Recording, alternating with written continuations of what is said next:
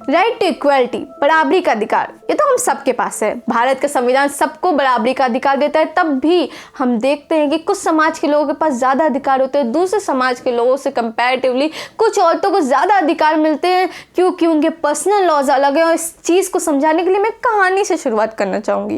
ये कहानी है एक औरत की जो कि 40 सालों से शादी में होती है, पर उसको तुरंत तलाक मिल जाता है, जिसके बाद उसके पास कुछ भी नहीं बचता है, और जिसके लिए वो कोर्ट के पास जाती है कि कोई मेंटेनेंस तो उसे मिले। पर उसे पता चलता है कि उसे वो अधिकार नहीं है जो बाकी औरतों को है, बाकी वर्ग की औरतों को है, जिसकी वजह से उसे सिर्फ मेंटेनेंस 3 महीनों के लिए ही मिल सकता है। और जब कोर्ट उसे मेंटेनेंस देता भी है तो सरकार और प्रोटेस्ट वो उससे मेंटेनेंस छीन लेते हैं, उससे वो अधिकार छीन लेते हैं।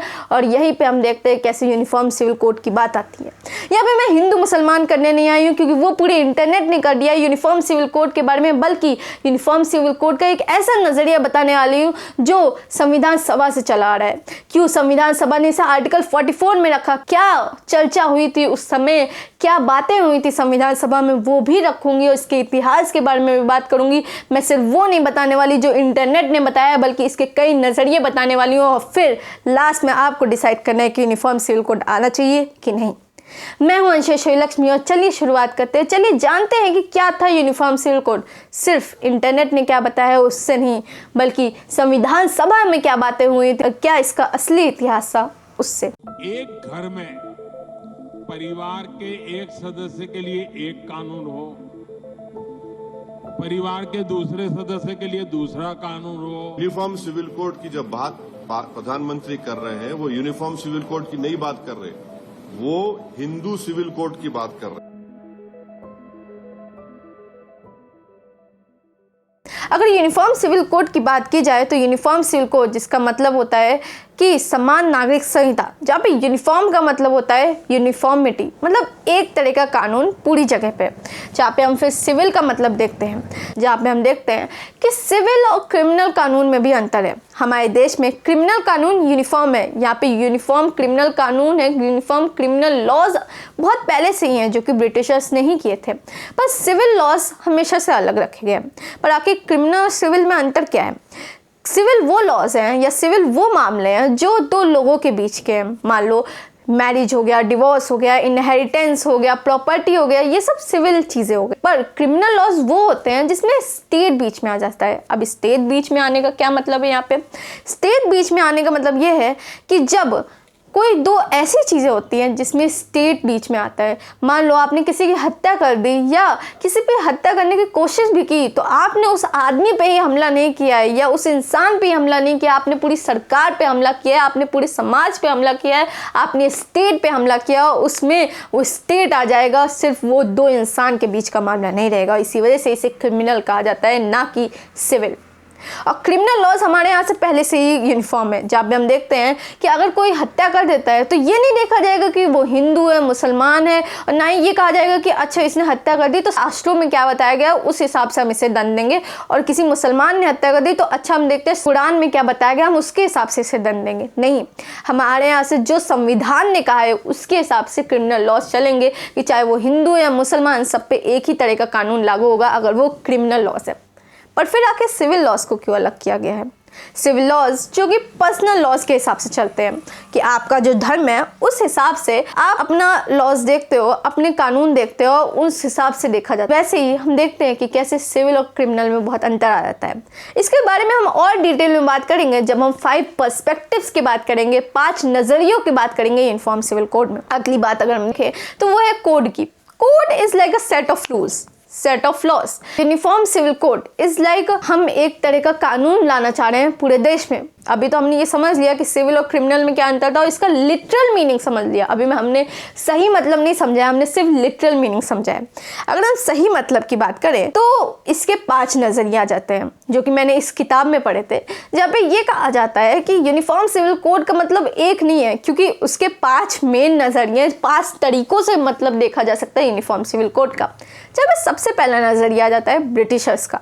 जो कि ये कहता है कि जो ब्रिटिशर्स थे उनके लिए सिविल लॉज वो लॉज थे जिन्हें उन्हें कभी भी हाथ नहीं लगाना चाहिए। यानी जब ब्रिटिशर्स आए थे तो उन्होंने कुछ सिविल लॉज को हाथ लगाया था, जैसे यहाँ पे उन्होंने सती प्रथा अबॉलिश की, विडो रीमैरिज एक्ट लाया, जिसकी वजह से हम देखते हैं कि कैसे 1857 यानी 1857 की क्रांति भी आती है, जिसका बहुत बड़ा रीजन कहा जाता है उनका इंटरफेरेंस करना, क्योंकि लोगों को लगा कि ये एक तरह से उनके ऊपर खतरा है, उनके कल्चर पे खतरा है, जिसकी वजह से उन्होंने फिर वो रिवोल्ट किया, वो क्रांति लाया। और जिसके बाद ब्रिटिशर्स ने एक चीज तो डिसाइड कर ली कि वो क्रिमिनल लॉज को तो यूनिफॉर्म करेंगे, जहाँ पे वो सीपीसी, आईपीसी, सीआरपीसी जैसी चीजें लाते हैं, जहाँ पे वो क्रिमिनल लॉज को यूनिफॉर्म करते हैं। पर अगर हम देखा जाए सिविल लॉज की तो वो उसे रहने देते हैं, जहाँ पे उनकी डिवाइड एंड रूल की पॉलिसी भी बहुत काम आती है। और इसे हम और समझेंगे जब हम ओरिजिन पे जाएंगे। आगे हम देखते हैं दूसरा नजरिया जो कि है मॉडर्निस्ट का, जो कि बात करते हैं कि यूनिफॉर्म सिविल कोड यानी समान नागरिक न्याय संहिता वो एक तरह का नेशनल इंटीग्रेशन लाएगी, जहाँ पे हम संविधान सभा में नेहरू, अंबेडकर इन सबको एक तरह से लीडर मान सकते हैं इस फिलॉसफी का। देश में एक तरह की एकता लाएगा, नेशनल इंटीग्रेशन लाएगा। तीसरा नजरिया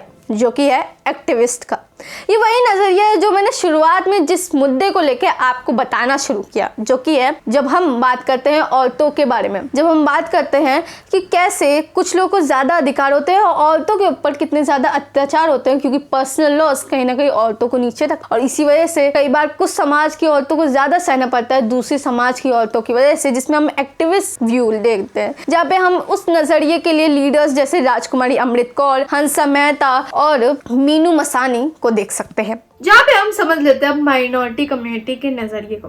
माइनॉरिटी कम्युनिटी का ये कहना था ये तो वो कानून है जो हमें पूरी तरीके से मिटा देना चाहता है। इस कानून की वजह से हमारे कल्चर को पूरी तरीके से दबा दिया जाएगा, और इस नजरिए को रखा गया था बी पोकर बहादुर जैसे लोगों के द्वारा, उन लीडर्स के द्वारा। हम यहाँ संविधान सभा को इसलिए ले रहे हैं क्योंकि संविधान सभा के जो लीडर्स थे वो कहीं ना कहीं हमारे नजरिए को पेश करते थे, जहाँ पे हर नजरिया, हर तरीके का मतलब था यूनिफॉर्म सिविल कोड का। अगर हम उसके बाद देखें तो फिर हिंदू नेशनलिस्ट की बात आ जाती है। अब हिंदू नेशनलिस्ट का नजरिया थोड़ा सा अलग था। जब हिंदू कोड बिल आया तो ये नजरिया और ज्यादा बढ़ गया, जहाँ पे ये कहा गया कि सिर्फ हिंदू धर्म के लोगों पे ही क्यों एक तरह का कानून लागू हो रहा है, क्यों बाकी धर्मों में सुधार की चीजें नहीं लाई जा रही है, सिर्फ हिंदू धर्म के साथ ही ऐसा क्यों। जहाँ पे यूनिफॉर्म सिविल कोड कहीं ना कहीं तो please Hindu, uniform civil code इसलिए नहीं लाया जा रहा है ताकि रिफॉर्म्स हो सके, इसलिए लाया जा रहा है ताकि हिंदुओं को प्लीज कर सके। और ये कहीं ना कहीं एक बहुत ज्यादा खराब चीज है, क्योंकि यूनिफॉर्म सिविल कोड का मतलब ये है ताकि रिफॉर्म्स लाया जा सके। और हिंदू नेशनलिस्ट जैसे कि श्यामा प्रसाद मुखर्जी जैसे लीडर्स थे, उनका ये कहना था कि अगर हिंदू कोड भी ला रहा है तो यूनिफॉर्म सिविल कोड भी आना चाहिए ताकि ये सब पे लागू हो सके। तो ये कहीं ना कहीं हिंदू नेशनलिस्ट की बात हुई। यहाँ पे हमने 5 नजरिए समझ लिए, पहले ब्रिटिशर्स का, फिर मॉडर्निस्ट का, एक्टिविस्ट का, माइनॉरिटी का और हिंदू नेशनलिस्ट का। इनमें हम आगे देखते हैं कि अब संविधान सभा की बात आ जाती है। जैसे जैसे हमारे देश का इंडिपेंडेंस पास आ रहा था, संविधान सभा भी बहुत तेजी से काम करने लग गई थी। लोगों के अलग अलग नए नए नजरिए, नए नए व्यूज निकल के आ रहे थे। और फिर अगर हम यूनिफॉर्म सिविल कोड की बात करें तो इसमें भी बहुत सारे व्यूज थे संविधान सभा में, जहाँ पे यहाँ पे मूल अधिकारों की भी बात आ जाती है, जो कि यूनिफॉर्म सिविल कोड जो कि हम बात करें आर्टिकल 44 में, वो हमें संविधान के पार्ट 4 में रखा गया है, ना कि पार्ट 3 में। पार्ट 3 में वो चीजें हैं जो कि मूल अधिकार है, जो कि इनफोर्सेबल है, जो कि हम कह सकते हैं कोर्ट में जाके कि हाँ हमें ये नहीं दिया जा रहा है, हमें बराबरी का अधिकार है तो हमें वो दो, हमें फ्रीडम का अधिकार है हमें वो दो, अगर मेरा राइट टू एजुकेशन है वो मूल अधिकार है तो वो भी मुझे मिलना चाहिए। मेरा राइट टू एजुकेशन बहुत बाद में मूल अधिकारों में आता है। आगे हम देखें तो जो पार्ट 4 है वो डायरेक्टिव प्रिंसिपल्स की बात करता है, वो प्रिंसिपल्स जो स्टेट को फॉलो करने चाहिए, बट वो इन्फोर्सेबल नहीं है। आप ये नहीं कह सकते हो कि अगर डायरेक्टिव प्रिंसिपल में ये बात लिखी गई है तो वो सरकार हमें दे, नहीं, वो आप कोर्ट में जाके नहीं मांग सकते हो। और यही अंतर होता है मूल अधिकारों और डायरेक्टिव प्रिंसिपल्स में। पर आखिर इसे आर्टिकल 44 में क्यों डाला गया, क्यों इसे मूल अधिकारों में नहीं डाला गया, इसके बीच में भी बहुत चर्चा होती है। जहाँ पे हम देखते हैं कि एक कमेटी जो ड्राफ्टिंग कमेटी बनती है डायरेक्टिव प्रिंसिपल्स की, उसमें बहुत सारे मेंबर्स होते हैं, जिनमें से 3 मेंबर्स, जिसमें पूरी कमेटी का मेजॉरिटी तो ये होता है कि यूनिफॉर्म सिविल कोड आना चाहिए, पर जब सही समय हो। यूनिफॉर्म सिविल कोड की हमें बहुत जरूरत तो है, बट ये तभी आना चाहिए जब देश इसके लिए तैयार हो, क्योंकि देश में उस समय पार्टीशन हुआ था और मेंबर्स को लग रहा था, लीडर्स को लग रहा था कि अभी देश इस चीज के लिए तैयार नहीं है, क्योंकि माइनॉरिटी कम्युनिटी कहीं ना कहीं हमसे गुस्सा ना हो जाए। जिसकी वजह से ये कहा जाता है कि जब डिजायरेबल टाइम आए तभी लाया जाए। पर इसमें एक और चीज होती है कि इनमें से 3 मेंबर्स होते हैं इस कमेटी में, 3 मेंबर्स होते हैं इस ड्राफ्टिंग कमेटी में, जो कहते हैं कि नहीं, यूनिफॉर्म सिविल कोड अभी लाना चाहिए। और ये थे कौन? हंसा मेहता, राजकुमारी अमृत कौर और मीनू मसानी, जो कि ये कहते हैं कि यूनिफॉर्म सिविल कोड जल्द से जल्द आना चाहिए, क्योंकि यूनिफॉर्म सिविल कोड का मतलब ये नहीं है कि कल्चर्स को मिटा दिया जाए। यूनिफॉर्म सिविल कोड का मतलब ये है कि जो पर्सनल लॉज में बुरी चीजें हैं, वो कहीं ना कहीं अत्याचारी है, वो हटाया जाए। और इसी वजह से यूनिफॉर्म सिविल कोड आना चाहिए। इसके बाद हम देखते हैं कि कैसे के.एम. मुंशी भी इसको लेके आते हैं, इसका आर्ग्यूमेंट लेके आते हैं, जहाँ पे उनके बहुत अच्छे आर्ग्यूमेंट है इस चीज पे। जहाँ पे जब हम पढ़ते हैं संविधान सभा के आर्ग्यूमेंट्स में, तो जो बी पोकर बहादुर और भी जो मुस्लिम मेंबर्स होते हैं वो कहते हैं कि ये नहीं आना चाहिए, ये कहीं ना कहीं इंसिक्योर कर देगा मुस्लिम कम्युनिटी को और माइनॉरिटी कम्युनिटी को, ये उनके ऊपर कहीं ना कहीं अत्याचार है, उनके कल्चर को मिटाने की बात है। जहाँ पे के.एम. मुंशी एक बात कहते हैं, वो कहते हैं कि जो मुसलमान का कल्चर था या जो माइनॉरिटी का कल्चर था, या सिर्फ मैं मुसलमान को ही लेके नहीं चली, मुस्लिम कम्युनिटी को ही लेके नहीं चली, बल्कि और कम्युनिटीज की भी बात कर ले, वो कभी भी यूनिफॉर्म नहीं था। और ऐसा नहीं है जब यूनिफॉर्म करने की कोशिश की तो उन्होंने बहुत रिबेलियन किया हो। जहाँ पे वो कहते हैं कि जब 1937 में शरीयत एक्ट आता है, तो उस समय जो मुस्लिम्स थे वो एक तरह का शरीयत एक्ट नहीं फॉलो करते थे, वो शरिया को नहीं फॉलो करते थे, वो फॉलो करते थे कई बार हिंदू लॉज को ही कई जगह। जहाँ पे वो कहते हैं कि जब ये कानून है तब जाके उन्हें अपने बहुत सारे कानून बदलने पड़े। जहाँ पे हम देखते हैं कि इसमें भी बहुत ज़्यादा यूनिफॉर्मिटी नहीं थी, बट ये यूनिफॉर्मिटी 1937 के एक्ट की वजह से आती है, जहाँ पे फिर वो पूरी तरीके से शरिया के एक्ट को मानना शुरू करते हैं, उस कानून को मानना शुरू करते हैं, जिसकी वजह से तब जाके उनमें एक यूनिफॉर्मिटी आती है। और तब कोई रिबेलियन नहीं हुआ था, तो आज क्यों? और ये जो मैंने यूनिफॉर्मिटी की बात की, ये क्रिमिनल लॉस के रिलेटेड है। आगे हम देखते हैं कि जब हम यूनिफॉर्म सिविल कोड की ये बात देखते हैं और ये संविधान सभा में बात देखते हैं, तो फिर अगर इसके इतने अच्छे आर्ग्यूमेंट थे तो फिर क्यों नहीं लाया गया? और यहाँ तक जो बी.आर. अम्बेडकर और नेहरू थे वो भी इसके पक्ष में ही थे कि यूनिफॉर्म सिविल कोड आना जरूर चाहिए। पर जब हम देखते हैं कि नेहरू कहीं ना कहीं इनसिक्योर थे मुस्लिम्स को लेकर, उनका ये कहना था कि यूनिफॉर्म सिविल कोड जरूर आना चाहिए, पर जब सही समय हो तब आना चाहिए, जिसकी वजह से इसे एक डायरेक्टिव प्रिंसिपल में रखा गया। आगे अगर हम यूनिफॉर्म सिविल कोड की बात करें तो अब हम बात करेंगे आज़ादी के बाद क्या क्या यूनिफॉर्म सिविल कोड पे चीज़ें लाई गई थी और उसके बाद कैसे लोगों का नज़रिया और कैसे इसका मतलब बदलते आया। जहाँ पे हम यूनिफॉर्म सिविल कोड की बात करें तो इसको लाने से पहले हिंदू कोड बिल को लाया गया।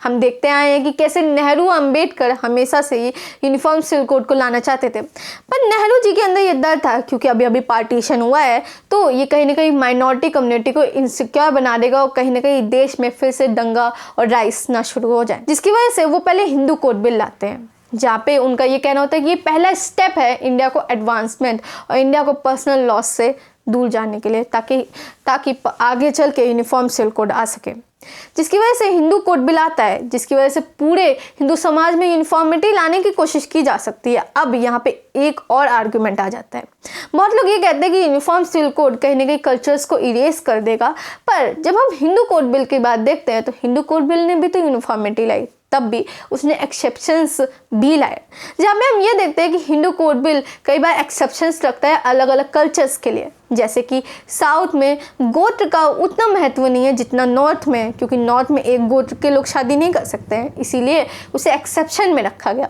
वैसे यूनिफॉर्म सिविल कोड पूरी तरीके से कल्चर्स को इरेज करने की बात नहीं करता है, बल्कि उनको समझ के एक यूनिफॉर्म कानून लाने की बात करता है और साथ में एक्सेप्शंस की भी बात करता है। आगे हम चले तो हिंदू कोड बिल के बाद अलग अलग जजमेंट्स आते हैं, जब भी हम देखते हैं कि लोग कैसे कैसे नए नए तरीकों से पर्सनल लॉस को अपने फायदे के लिए यूज़ करते हैं, जहाँ पे औरतों का कई बार अत्याचार भी होता है, जहाँ पे हम शाह बानो केस, सायरा बानो केस, समीना बेगम केस और दिल्ली हाईकोर्ट में अश्वनी उपाध्याय द्वारा डाला गया पिटीशन भी हम देख के उसके वजह से जो केस चल रहे हैं वो भी देखते हैं, जहाँ पे कोर्ट हमेशा ये कहता है कि यूनिफॉर्म सिविल कोड आना चाहिए, क्योंकि ये कहीं ना कहीं जो जजमेंट होता है उनको बहुत ज़्यादा ईजी कर देगा। कोर्ट के लिए भी ये आसान हो जाएगा कि क्या कानून के हिसाब से उन्हें जजमेंट देना चाहिए, ना कि पर्सनल लॉज के हिसाब से, और ये देश में और ज़्यादा ही एडवांसमेंट और आसानी लाएगा कानूनों में। और ऐसा नहीं है कि इंडिया में यूनिफॉर्म सिविल कोड सक्सेसफुल नहीं रहा है, जहाँ पे हम देखते हैं कि गोवा प्रदेश, जहाँ पे यूनिफॉर्म सिविल कोड बहुत पहले से ही चला रहा है, क्योंकि पुर्तगीज वहाँ पे अंग्रेज़ों का राज नहीं था, वहाँ पे पुर्तगीज़ का राज था। इस वजह से गोवा में यूनिफॉर्म सिविल कोड सालों से चला आ रहा है, जहाँ पे इस एक कानून की वजह से वहाँ पे हम बराबरी का अधिकार भी देखते हैं और एक तरह का कानून भी देखते हैं सबके ऊपर। हाँ, उसमें भी थोड़ी कमियां हैं, पर ये मतलब नहीं है कि यूनिफॉर्म सिविल कोड सक्सेसफुल नहीं रहा है। और अगर हम रीसेंट एग्जांपल में समझें तो हम रीसेंट एग्जांपल में उत्तराखंड का एग्जांपल देख सकते हैं कि यूनिफॉर्म सिविल कोड आना जरूरी है कि नहीं वो आपके ऊपर है। बट मेरे हिसाब से यूनिफॉर्म सिविल कोड डाइवर्सिटी को नहीं मारता है, बल्कि एक तरह के बराबरी का अधिकार लाता है। यूनिफॉर्म सिविल कोड के कई नज़रिए हैं, क्या पता आपके लिए यूनिफॉर्म सिविल कोड आपके कल्चर्स को मिटाने की बात करे, पर अगर हम यूनिफॉर्म सिविल कोड को सही से पढ़े तो यूनिफॉर्म सिविल कोड ये बात करता है कि कल्चर्स को मिटाना नहीं बल्कि बराबरी का अधिकार देना चाहता है हर समाज में, और पर्सनल लॉज जिसकी वजह से कई बार अत्याचार भी चले आ रहे हैं उसको भी हटाना चाहता है।